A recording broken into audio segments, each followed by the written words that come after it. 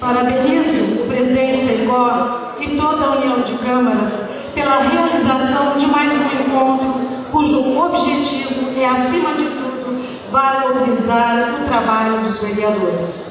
Verificamos que os debates propostos são ricos em conteúdos, trazem um aperfeiçoamento com qualificação para que todos possam exercer um mandato de qualidade, ampliando o conhecimento dos legisladores e qualificando-os para o trabalho direto com a população.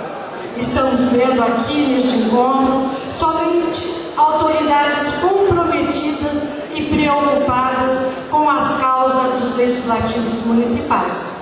Este encontro é mais uma oportunidade para a troca de informações sobre as boas ideias empregadas em cada município e que servem de exemplo para todas as cidades.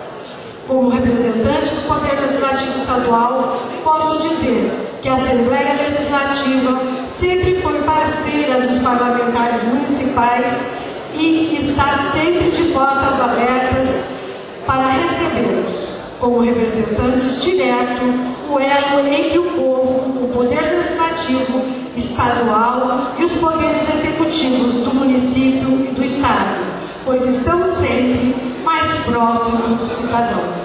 Lembre-se que a qualificação que terão neste encontro é mais uma arma para vencer os desafios do mundo moderno, as dificuldades dos municípios, especialmente nesses momentos de crise e redução das arrecadações.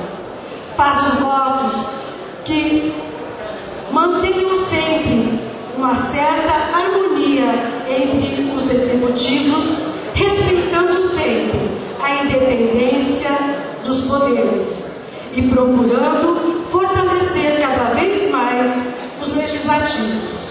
Porém, não permitam que as suas vaidades